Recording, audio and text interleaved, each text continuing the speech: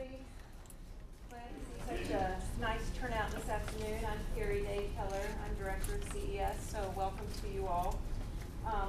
Thanks for your patience. As you can see, we have a little bit of technical setup here because we do want to videotape this today. And so if you have friends and other people that are not able to be here today and would like to see it later, we will be putting this up on the web eventually. And then I also understand that we'll have the option to broadcast this on the K-State channel. So you might, if you ask a question later, you might see yourself over and over and over again. We are looking forward to hearing the information that our guest presenters have to share today, and then hope that you will be able to ask questions that are on your mind as well. I am assuming that many of you know about the little event we have coming up next week, the All-University Career Fair up at Bramlage Coliseum next Tuesday and Wednesday. I will acknowledge it's not as big as the record event we had last year, but I think you all can feel really good that we have over 200 employers coming this year again. Even in a challenging economy, there are a lot of employers that are very interested in hiring K-Staters, and so I think it's really exciting to know that we have that many coming out. There are a number of those employers that will also be staying after the career fair to do next day interviews, so you're going to have immediate opportunities to start interviewing next week, and then throughout the whole fall semester there will be a number of employers continuing to come back. And in fact, I think Cerner is one of those companies that will be coming later in the fall semester to actually interview here on campus. And all of that information can be seen through your CES account. So if you haven't activated your CES account, be sure you do that so you can see who's coming to the career fair next week and see who's going to be continuing to interview here on campus. I think also, I'm kind of assuming that with maybe some of this perceived increased competition for jobs, that you all are wanting to know how to put your best foot forward in the interview situation. So you have a really great opportunity here today to actually hear from those people on the other side of the table. But I hope that as you hear some of their tips, that you will continue to really think about the interview being a two-way street, that you certainly want to put forward your best impression, but you're also going to want to keep evaluating that employer and making sure that you are getting a good match between what you want and what that employer needs. As I mentioned, we do have today some guest presenters, and our guest presenters are from the Cerner Corporation. They're going to be sharing a little bit about their company with you, but I just wanted to let you know that Cerner is one of K-State's top employers of K-State graduates, and that's based on the number of new graduates that they have been hiring over the past several years. So you're really getting to hear from one of the very best employers that's coming here on campus to hire K-Staters. They have a lot of exciting things going on within their company and within their business. I don't know if many of you have heard about the new facility that I understand they're going to be building up there by Village West near the Speedway and Wizard Soccer. So, I mean, there's a lot of exciting things happening with their company. So I'm sure that you may want to keep them in mind as you are considering your options as well. So I'm not going to delay any further. I want to welcome Mr. Troy Teague and Ms. Jennifer Schnitz, and they are here as senior recruiters with the Cerner Corporation. Thank you, guys.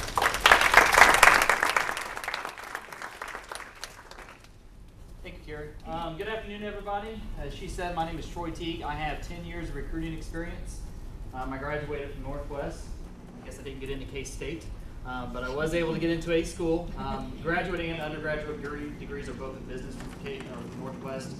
I got into recruiting through a headhunting firm, so I have probably interviewed tens of thousands of candidates over the course of my career. Jennifer Schnitz is with me today. She also got into recruiting through a headhunting firm. She's been with Cerner for 2.5 years, approximately. So just real quick, we'll touch on Cerner, and then we'll get to the real point why we're here is to help you guys. Cerner is a healthcare information technology, so what that means to you is we are the software system that your health record may be stored in. as you go to a hospital for an emergency event or just as a primary care physician event. The idea behind Cerner is to make sure that we can take all of the guesswork out of medical care so that you don't have medical errors. There are several studies that will tell you that currently today in the United States, every year about 100,000 or so deaths are created because of a medical mistake. They gave you the wrong medication, they took the wrong organ out, because they don't have a good way of charting that information. The Cerner Corporation has 33% of America's hospitals are running our software now. And so we're slowly decreasing that number, and we're one of the top 3 global suppliers of that information technology. We have 8,000 employees worldwide. In Kansas City, we have 5,000. We offer internship positions starting at the freshman level. They are paid internships, and we also offer free housing. And then we have full-time positions as well. So let's go ahead and get started into the presentation. Like I said, I don't want to spend a whole lot of time on Cerner because you can see me after this event. Jennifer and I are going to stick around a little bit. Plus you can visit our website. But the real point of us here is to help you through CES, which has been a great partner of ours for many years, help you understand what you can do to put your best foot forward in a tough economy. There are a lot of things going on, as you well know. And this is some stuff that hopefully will be helpful. I want it to be interactive. If you have questions, stop me at any time. If you can't get my attention, throw one of those Cerner pins I gave you at me, and we'll get your question answered. All right, so we did our introductions. What we're going to talk about are the types of interviewers you might see, and that's going to change how you should interview with those individuals. So depending on how your interview is acting and what you can pick up on silent cues throughout the interview process, should give you a good indication on how you should interact with that person. And we'll go over some of that here in just a little bit. The types of interviews that you'll encounter, so what different companies do. I will kind of briefly mention which one Cerner does because we do a kind of variation of a couple. And then some frequently asked questions that we always get from students and from people looking to get a new career of what to do, what not to do, what to think about. So the first thing that we're going to talk about is the 2 types of interviewers. Now, truly, there's more than 2 types. I mean, everything's kind of a sliding scale, but you have your extreme directive interviewer and your extreme meandering interviewer. The directive interviewer is somebody that has a very clear agenda. These are usually your larger organizations that have a large HR department or a bigger legal department that wants to stay conservative in their hiring practices. The reason why they're so directive and stringent on how they do an interview process is for legal purposes. A larger company has bigger legal risk, and so they have to protect themselves in certain areas. What you'll notice is when you see a directed interviewer come in, they're going to be highly prepared. They're going to know everything they can about your resume. They will have an interview packet with a full set of questions that they'll follow to a T, and they will be very crisp on the timeline. So they'll make sure that they'll start right at 8:30 if the interview's at 8:30, and they're going to end right at 9 o'clock if the interview ends at 9 o'clock. They also will make it seem a little fast-paced. So your meandering interview is a little slower paced where it seems like it's taking a while, but your directive, it'll truly feel like you just got in there when the interview's over. The meandering interview is usually vaguer questions. The interviewer is unprepared. They may be a new interviewer, so they're untrained on the process. Maybe they don't have enough experience in it. A lot of companies will offer an interview class for their managers that participate in interviews, but these are the companies that do not. Usually they're smaller companies, and they'll start off with questions like, so tell me about yourself. What type of tree would you be and why? If you had to pick a farm animal, which one would it be, and what's your reasoning behind picking that specific farm animal? So they're very vague, general type questions, but you kind of have to be prepared for both. A directive interviewer is going to be somebody who wants very to the point, hardcore details behind what you're doing. The meandering interviewer wants to be your friend. Okay, so if you get in that situation, you can kind of judge what the person, how they're reacting in the interview to know how you should react to them. And if you notice, it's a sliding scale. You won't have just this and that. You'll have a mixture of that. You might have somebody who's kind of right in the middle, or at the beginning, they're more relaxed and using vague questions, and at the end, they're getting into a packet and going into more of a directive interview. So you kind of have to gauge how the interview's going to understand where you are and what you need to do to be successful in that interview. You guys have questions about that? There are several types of interviews that we're going to cover today. Stress interview, behavioral, situational, audition, group, tag team, and mealtime. Those are the biggest types of interviews you will encounter. Depending on what the interviewer is, somewhat should change how your approach is to the interview. The challenging part is most of the time you don't know what type of interview it is, unless you know somebody who has recently interviewed for that organization, because it's not a question you can ask, really. When you ask them what type of interviewing you do, a lot of times there's a corporate term for it that they use that's not generalized. So usually it's within that first 5 minutes you'll kind of know where you stand. The first one, my least favorite, and it will be your least favorite as well, is the stress interview. Companies use the stress interview to see how candidates might respond in a stressful situation. All right, it's not a very pleasant environment, but if you know that you might encounter this someday, you might be a little better prepared to handle it. They do this by doing long silences, cold stares. They may ask you a question, and if you don't have the answer, they may just sit there and wait, because they want to see how you're going to respond to the stressful situation. They may leave you in the lobby for an hour with no explanation to see if you would get frustrated with customers if you were out at a client site waiting in the lobby for a while. They might challenge your answers by saying you're wrong to see how you will react next. So what I mean by that is you'll give an example. I recruit a lot of engineers, so you'll give an example how to write a piece of code, for example, and they will say, you know what, that's not exactly how you should do that. What's another way? And what they're really trying to see is whether or not you're strong in your conviction or you will be able to back up your answer. So professors do this a lot. You probably well know. They'll have you give an answer and then they want you to back up that answer with how you came to that conclusion. Similar situation. They want to test you to see how well you're going to be able to come up with the backing behind your decision along with the decision itself. I'll give you an example of a stress interview that I had, very similar to this. So when I was getting out of college a while ago, they had a larger company that doesn't do a whole lot of business anymore, MCI WorldCom, some of you may know them, and I was interviewing for a sales position with them. They had the 22nd floor of the Commerce Tower building in downtown, which overlooks the downtown airport in Kansas City, Missouri. So they set me up in this room about this size, empty with 2 chairs. My chair was facing out a complete wall of windows facing the airport. And when I say right next to the airport, I'm talking planes were about 30, 40 feet from the window, whizzing by, going to land. And it was a stress interview. They were trying to see how I was going to respond to a stressful situation or an uncomfortable one, and if I would get easily distracted by the things that were going on around me when I was supposed to be focusing on the interview. It was different, but it is something that could happen to you. I've got a friend that graduated about the same time, and he went to Seattle for a software engineering company, a really big one. I won't say which one. You can probably figure it out. And they did the same thing to him. They put him in a room right next to an airport so they could see a bunch of stuff going by to see how he would react and if he'd respond to outside influences. So those are some of the things that you might look out for in this stressful interview situation. The thing you want to remember is don't panic. If you're in that lobby and you've been waiting for an hour, you know what they're doing now, right? So you don't have to worry about, well, gosh, does this mean that they're not interested in me? No, they're testing to see how you're going to respond. So how should you respond? You should go in there with a positive attitude. Don't get in there. How was your day so far? Well, gosh, I've been waiting for an hour. Right? It's been great. I'm so happy to get a chance to finally meet you and talk to you about this position. Don't let those stressors get to you because that's what they're testing. They're trying to see how you will react to those situations. The more positive you react to them, the better you're going to do throughout the interview. Any questions about that? Okay. Then I'm going to switch it over to Jennifer, and she's going to go into the next section.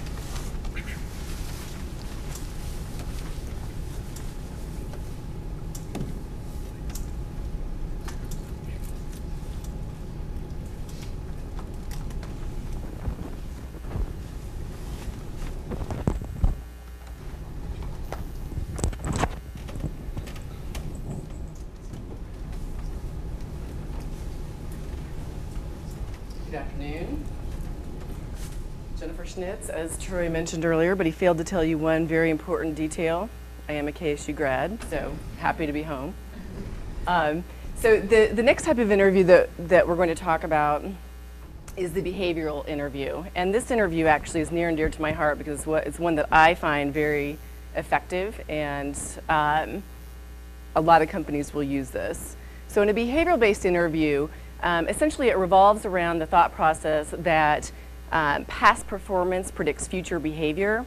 So what a person has done in the past will actually tell an employer what you're going to do or how you're going to perform on the job. And the interviewers actually ask questions that are related to specific skill sets like time management, decision making, building strategic working relationships, those types of things, taking initiative. And the questions always start with things like, tell me about a time when, or give me an example of, or describe the last time you. And so they're really looking for very specific situations. And 3 things in the behavioral-based interview. The situation that you're faced with, your actions, or what your role is within that situation, and then the result of your action. Pretty simple, but to remember the 3-part answer.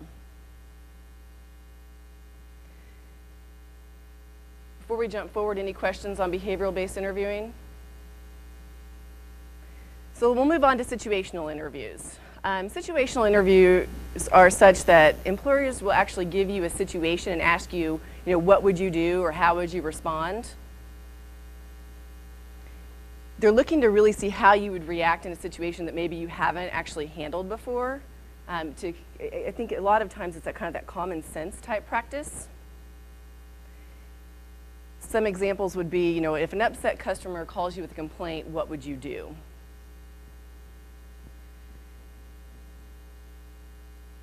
And with this situational interview, the employers are looking for specifics. They want to know, what would you do, what would you say, and how would you change, or what, what would the end result be, or how would you get to the resolution? Any questions about situational interviews? I think those are pretty straightforward. So then you've got the audition interview. These are always fun. Employers really want to see you in action. And so in an audition interview, you're going to do things like case studies.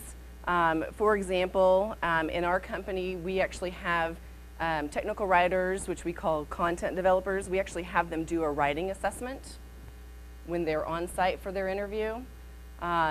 We also administer a writing test for our marketing group. So case study type examples. Coding simulation for software engineers. You might have to go in and actually write some code. They might give you a project to complete prior to the interview. And I think the main thing to remember is that you really should ensure that you understand the test. Because if you don't understand the test, the end result obviously is not going to be good.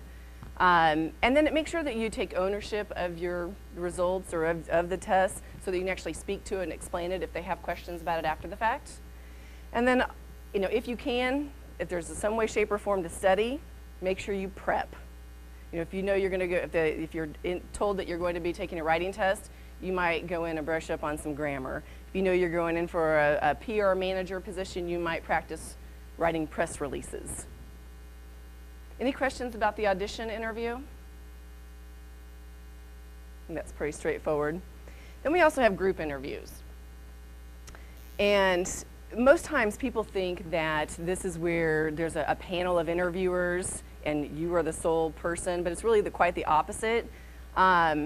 It's usually 1 or 2 interviews in a room, and usually there are somewhere between 6 and 10 candidates interviewing for the same type of position or even the same role.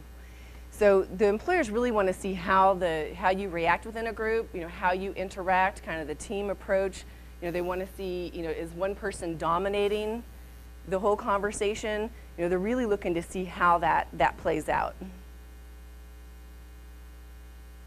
And then obviously within that, they do try to identify who the natural leaders are. So there's kind of that fine line of being overbearing and then just being a natural leader. So they're looking for those types of things. And really, I think the important thing is, to be noticed, make sure you participate, but make sure you sound intelligent, that you know what you're talking about.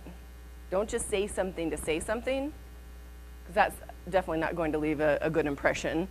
And I love the last one here, play nice in the sandbox. I hope we all learned that in kindergarten. Take turns.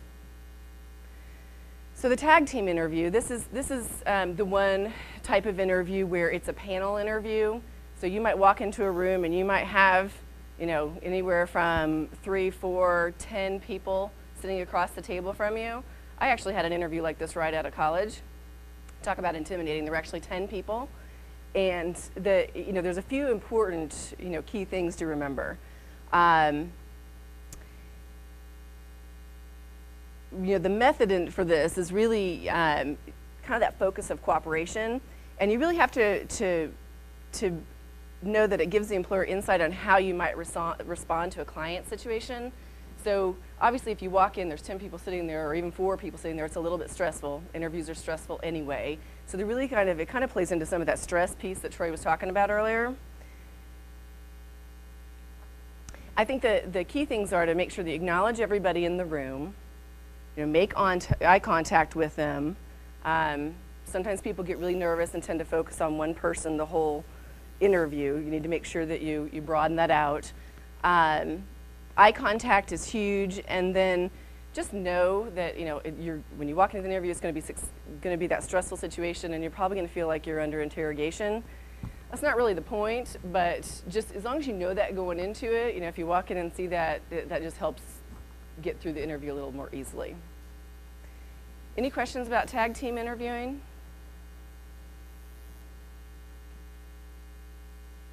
This is where I'm going to turn it back over to Troy, and he's going to talk to you about mealtime interviews.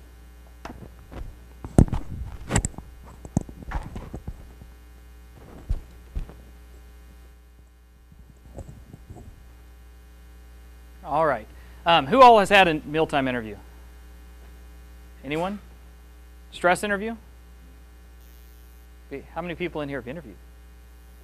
Okay. Situational based, where they kind of give you an example and they kind of ask you where to go? Okay, perfect. I got to try to get you guys interactive because you're kind of being quiet on us. I don't want anybody falling asleep. Carrie will kill me if I don't get you a little more involved. The mealtime interview. So this is exactly what you think it is. They want to put you in a social setting to see how you're going to respond. It's going to feel a little different than most interviews, but that's okay because that's what it's supposed to feel like. The main thing that a lot of companies use a mealtime interview for is a sales type of interview. So recruiting is a type of sales, inside sales, outside sales. They want to see how you're going to interact with clients because, quite frankly, you take your clients out to lunch quite a bit. You go to different conferences, events, and so you're going to be interacting on a social level, and they want to basically make sure that you're not going to put a bad reputation on the organization or, quite frankly, make a fool of yourself during a social situation. So one of the things that employers are wanting to see is kind of check you out, see how you're going to do in that social setting, and they're looking to see if you're going to be relaxing or uncomfortable in that setting. Well, you obviously don't want somebody going out to sell a multi-million-dollar project that's going to be uncomfortable meeting a new person and taking them out to dinner for the first time. They want to see how you're going to interact with all their clients and not just 1 or 2 types of clients. So they might have you do a couple mealtime interviews, and they might bring a couple different people to the event that have quite a different personality to them. But they're really trying to get at how you're going to respond to different people. The best thing to do with this, because I get this question a lot, people are like, well, how do I know when to order a drink? How do I know when to order food? When do I bring up business? The best advice I can give you on a mealtime interview is to follow the leader. So whoever the person is at the table that is leading the organization, don't order a cocktail until they order a cocktail, right? Because it might be somebody that has a disposition that they don't agree with drinking on the job or drinking in a social setting. And so you've got to be careful about that. And a lot of candidates I've talked to kind of burnt themselves because they sat down at the table, thought, oh, this is a social setting, I'll take a Bud Light. And the person interviewing, I'll take a water, please. And then, from right there from the beginning, it's a little uncomfortable. Do not talk about business until they do. Now, this is quite shocking because a lot of you think, well, this is my one opportunity to get in front of them and really show what I know, really show my stuff. Honestly, they're not looking for that kind of stuff. They're still looking for your stuff, but they're looking for your social stuff. So you have to keep that in mind. They're not wanting to talk about business, so they wouldn't have invited you to dinner. They would have had you come into the office and talk about business. Now, if the interviewer brings up business, then obviously you're going to follow their lead and go into that type of stuff. I would be prepared to talk both socially and on the business front because some interviewers will do both. Relax by letting the conversation come to you. It's mealtime. If there's silence, that's okay. A lot of us get kind of nervous when there's silence in an interview. When there's a mealtime, they could be taking a bite to eat. They could be getting something to drink. They're also probably doing this in the evening on their own personal time, so they might be unloading or relaxing at the end of the day. So just remember that don't push the conversation too much. Let the conversation to you. This is a relaxed setting.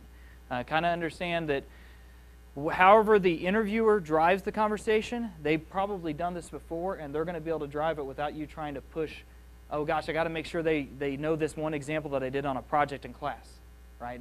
They will get to that information when they're ready, and most of the time you'll have a follow-up interview that will be more professional than the office if you can win them over in this interview. The last thing I want to kind of point out is don't worry if it seems less professional. It's going to. It's just like the panel interview. It's going to feel like an interrogation. I mean, it's just what it is, right? That's kind of the way it's designed. The stressful interview, you're going to get stressed out. But that's okay because you already know how to handle those situations, and you're going to be a little more prepared when you get in there and say, okay, now I remember this from that presentation. This is a stressful interview. I'm going to put my happy face on. We're going to move forward. We're going to be positive about everything that I've experienced today. So right now I want to get a little bit more into the frequently asked questions that we get from a lot of students. Some of these questions came from Carrie in the CES department. She had some of her folks come in, and we wanted to kind of give you our perspective. Before I get too far into this, I will tell you that there is no right or wrong. Every interviewer and every company is a little bit different. So this is a little bit more of Cerner's perspective, but it's stuff to think about as you go through this process. So what do I do if I have no idea what the interviewer is asking? How would you respond? Yes?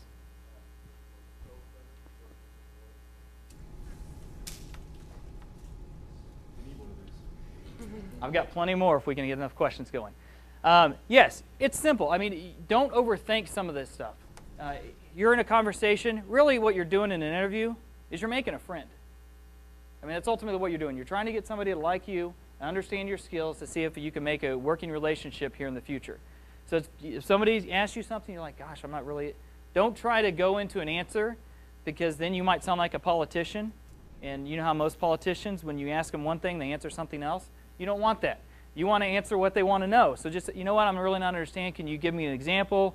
Can you rephrase the question so that I understand it a little bit better? What if I'm uncomfortable for a question?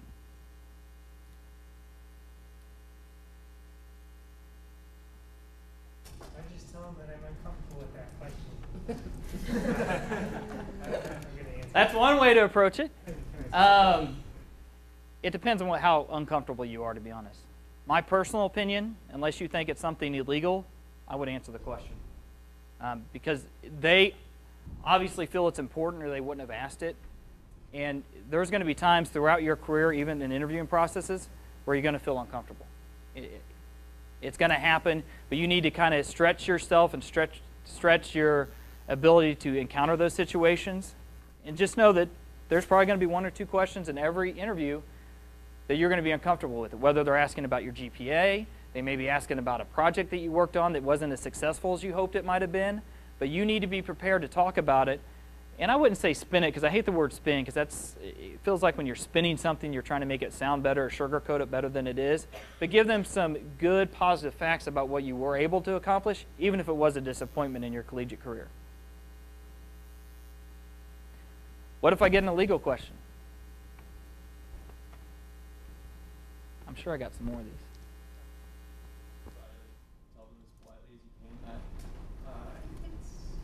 you just don't want to answer that. One, unless I'm mistaken, I don't think any of you are in law school. And so chances are, if it's a large organization, probably not an illegal question.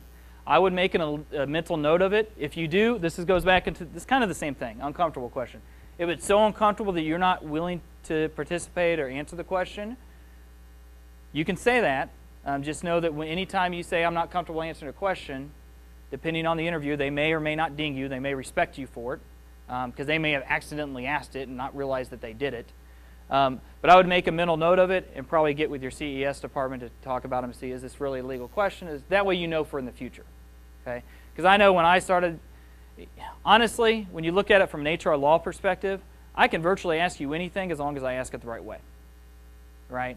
And so you have to, you might think that, gosh, this is something that you don't want to answer, you're not comfortable with doing. If it's really uncomfortable for you, opt out of the question, then ask somebody that is very familiar with these types of situations and say, okay, here's what I was asked. That way you know in the future if you should or should not answer that question. Did you have a question back there? Are you Catholic? That's an illegal question. Asking about religion, race, creed, national origin, gender. I think that's all that's covered by federal law. There's some other stuff covered by state law. So each state's a little bit different. And that's why it's hard to know. Because if you interview, I mean, you guys are in Kansas, right? Well, you could very easily interview for a job in Kansas City or Denver. And so you don't know those state laws, and that's where it gets a little tricky, and it's a little harder to say, gosh, that's an illegal question. Question up here? In their interview guide also does have some basic. Some examples? Okay, good. Go ahead. Same as his. Oh, same question. Okay. I have a question. Yeah. Right, is it illegal if they were to ask you, let's say, what your income, your pay was in your last job or something like that? No, that is not illegal. They can actually, in the state of Missouri, legally, they can ask your employer for that information, and they can get that information without any problem. Not even without your written consent, to be honest. Speaking of which, what do I do if somebody asks me about salary? My response is always, Wait, give that back. I'm kidding. I'm kidding. As an employer, I hate that response. Now, that's a personal opinion, but when it comes down to the end of the day, I need to know what you want to make, because we're going to make a decision. If you're $40,000 more than what I'm willing to pay, we're going to waste a lot of time together. Right? I know it's kind of a touchy, and you're like, gosh, the job market's kind of tight. At bare minimum, give them a $5,000 to $10,000 range so that they've got something to work with, and they know whether or not they can move forward with you. Okay? What should I wear? Not this, that. We obviously didn't coordinate when we decided to do this event. So I wore this and she wore that. You look like that, not like this. And may I make a comment on that? Mm-hmm. Let's see if this turns on. I just want to make a comment on the dress. It's always safe to dress conservative. I've seen several people come in lately to Cerner who were not dressed appropriately, and I, of course, shared that with them after the fact, but conservative. So no short skirts, no low-cut tops. It's easier for guys. It's a little more straightforward, but just always lean towards the conservative side. Yeah, you may not think that it affects your prospect of getting a position, but our hiring managers look at that very seriously. And you don't want to be the one remembered as that guy or that girl, because there's people that we still talk about that interviewed 5 years ago because how they dressed. We do. I had a guy that we interviewed. So I interviewed him in person. He came in a full suit, looked very nice. He is coming for an electrician position. We don't hire a ton of those, but every once in a while we got to have somebody to fix the lights in the building. So I invited him back to interview with the team, and he wore shorts, flip-flops, a T-shirt, and a hat. And I asked him before the interview started, because I saw him walk by, and I'm like, now wait a second, because he's getting ready to make me look like a fool for bringing him back in. And I went and asked him, I said, now, why is it that when you came and met with me, you wear a full suit, and when you came and met with the team, you're dressed a little down a little bit? I was trying to be nice.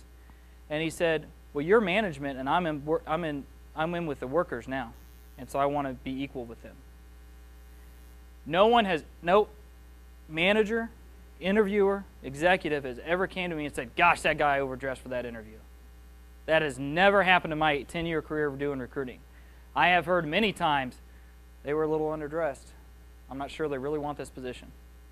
So you kind of have to keep that in mind.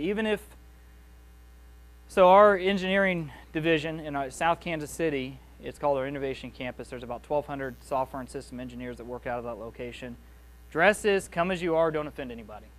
And they take it literally down there. I mean, it's gym shorts, tank tops, whatever you want to wear to work, it's fine. If somebody were to come in an interview like that, I can guarantee you wouldn't get the job. Now, you may talk to a friend and say, oh, gosh, that's a casual company. I'm going to dress just how they do because I want to be equals with them. No, you want to put your absolute best foot forward to make sure you dress appropriately for that situation and dress fully to the nines. Okay? I wouldn't wear tux. That might be uncomfortable. But dress up as much as possible. Any questions on that? Yeah. So for men, the best choice would be full suit. Full suit. Double-breasted if you'd like. Vest under, however, whatever you feel comfortable in. But yes, full suit. Casual, or I'm sorry, neutral colors are usually the best. So your blacks, your dark grays, navy suit would be okay. I'm not a fashion expert, but I wouldn't wear a light-colored suit in the wintertime. I mean, don't wear a white suit after Labor Day. Is that the rule? Okay. So the other thing that I would add in terms of dress is that graduating right out of college, more than likely you don't have multiple suits. When you go to shop for a suit, make sure you find something, when Troy's talking about the neutral colors, find something that you can mix and match. So maybe you're wearing a black jacket, but change out the shirt underneath, or scarf or tie or whatever it is. The people that you're going to interview with, if you have to go to multiple interviews at the same company, they understand that you're not going to have a closet full of professional dress, but you can change it up a little bit and you'll look great. Even for next day interviews, because I know a lot of companies here on campus, they'll interview you one day and then the next day they'll have you interview again. As long as you change the blouse or the shirt, the tie, you'll be fine. Yes?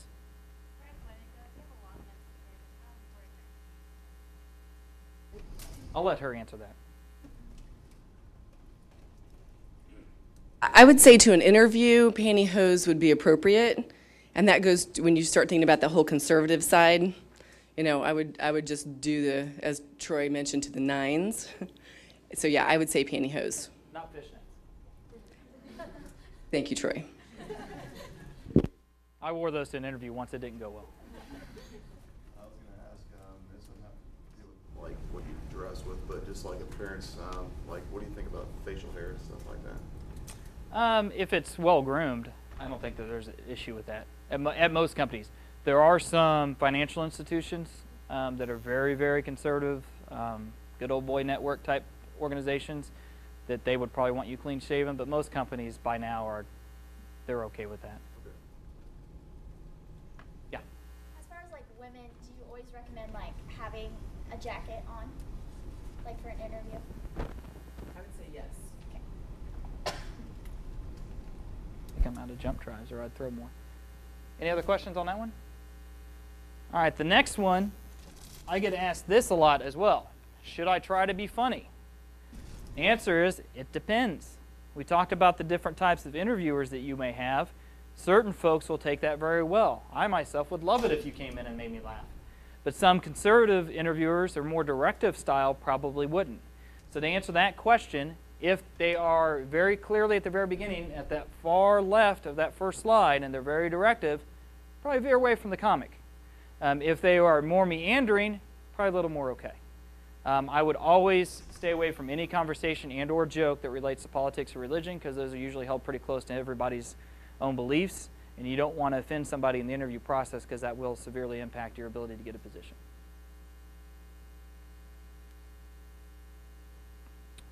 How should I answer the question, what is your greatest weakness?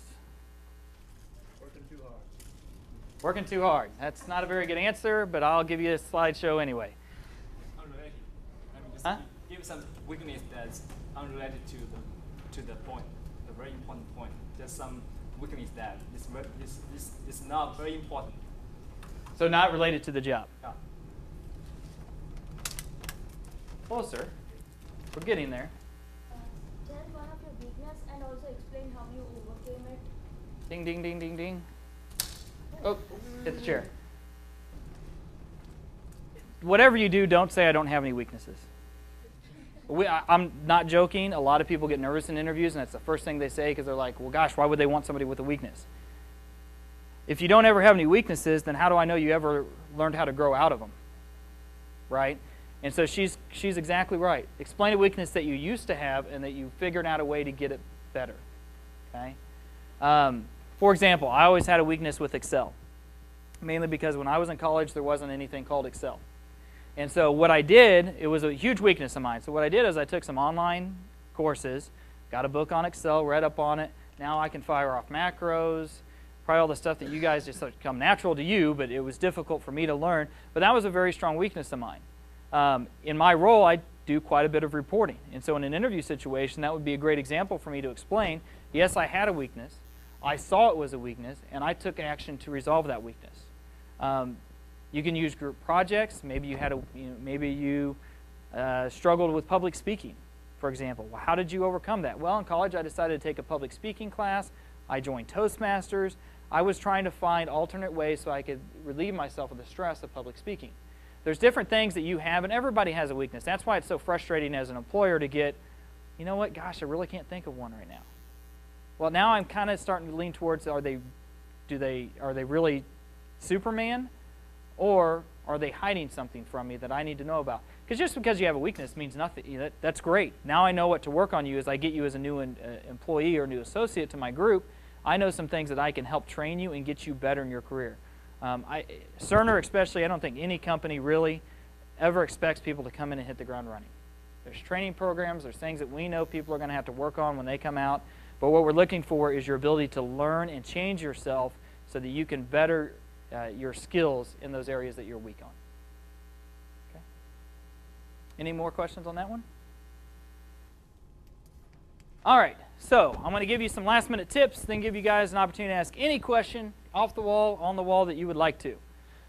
First thing to know, always be prepared. Nothing looks worse than a candidate that comes in and I say, so what do you know about the company? And they say, I think you do healthcare IT, right? I want you to say something like, I looked at your stock symbol, you guys are doing good, you got 19% annualized growth over the last 12 years. This is stuff that you can get within 5 minutes of getting onto Google. I know how easy it is to get that information, so we're a little offended when you come in and you don't know some of that stuff. Know the size of the employer.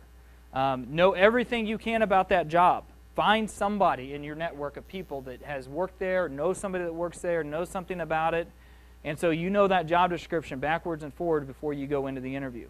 I know it's a little overwhelming because you got classes, finals, usually midterms come up right around the interview schedules.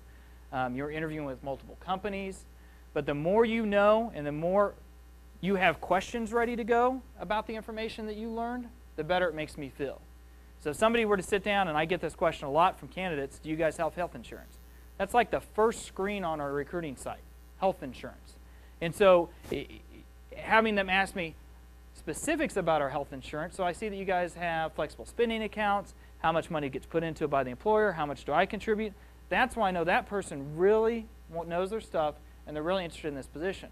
A lot of hiring managers and execs feel like when you don't come prepared to those situations, that you just don't care. And I know that you care, it's just you're bombarded with a bunch of different stuff. And so you've got to take the time, the 10 or 15 minutes. Best thing I can advise, print off about 4 or 5 pages from their website about the organization, print off about 4 or 5 recent articles, and just read through them a couple times a few days before the interview, and then right before you go in, look at them again real quick. Okay? When answering questions, be very specific. Jennifer spoke about the situation, your action, and the result. The behavioral interviewing, which most companies are going that way, especially larger organizations, are going to do this type of interview practice. The situation is kind of what you were doing. Your action is specific to you only. If it's a group project, keep in mind that we're more interested in you than the group, because I'm not hiring the group at this point. I'm looking to hire you or enter into an employment contract with you. And then the result, even if the result's bad. We've all been in the workforce quite a while. We understand that there are some situations that you can do everything right and the result's still going to end up being bad. And that's okay. It doesn't really show a weakness to us. It shows us that you have handled adversity before and you're able to bounce back from it in another example. So if the example ends bad, follow it up with a good example of how the next time you learn from that past experience and you were able to show your growth as a person.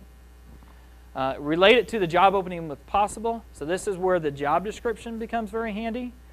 So within the job description, there's what I would call subliminal hidden messages about what companies are looking for.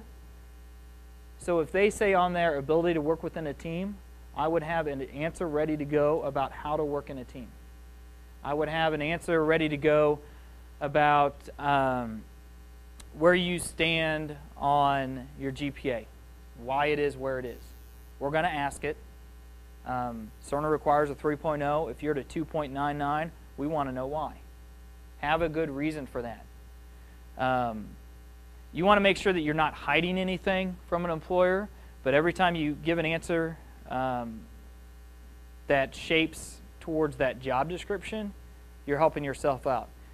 To be honest, when most of these managers come to campus to interview, they are looking over the job description about 5 minutes before you get there. Because at Cerner and larger organizations that hire a lot of graduates every year, not all the managers know all the descriptions very well because it's such a large company. And so what recruiters are doing right before they get started, here's what I'm looking for, and I'm handing them a job description, and so they're going through that. And subliminally, during the interview, if you can relate your skills to that job description, a bunch of green flags are going to start going up. Oh yeah, remember, this is what I'm looking for. Yes, this is the person I want. So just remember that knowing the job description is very important. And the last comment speaks to what Carrie was speaking to a little earlier. Remember, you are interviewing the company as well. Okay? We had the comment about salary and how you answer that question. We want you to answer it honestly because it's a mutual agreement. If you're wanting to make $40,000 or more than what I am able to pay because of my budget, I'm not holding that against you. I understand that. But at the same time, I want to know the answer, and I want to, we're kind of talking the same way. If you're asking me what I'm willing to pay, if we're not in the same ballpark, you're probably going to be better off looking for another company. Not every company is for everyone. Just because they have a big name doesn't mean that's where you should end up. I say that knowing that Cerner has a pretty big name on this campus, so I'm a little risk for saying it. But make sure you're interviewing them. You're asking the questions you want to know about benefits, the culture, the actual work that you get. We want to hire individuals that are going to be successful, able to grow within our organization and become a long-term associate for us. And if you don't do your homework on making sure we're a right fit for you, you may be completely qualified to do our job, but if you're unhappy, my guess is you're going to leave. I would. I mean, I would want to make sure I was in a company in a position that makes me happy and I feel I've got opportunity for growth.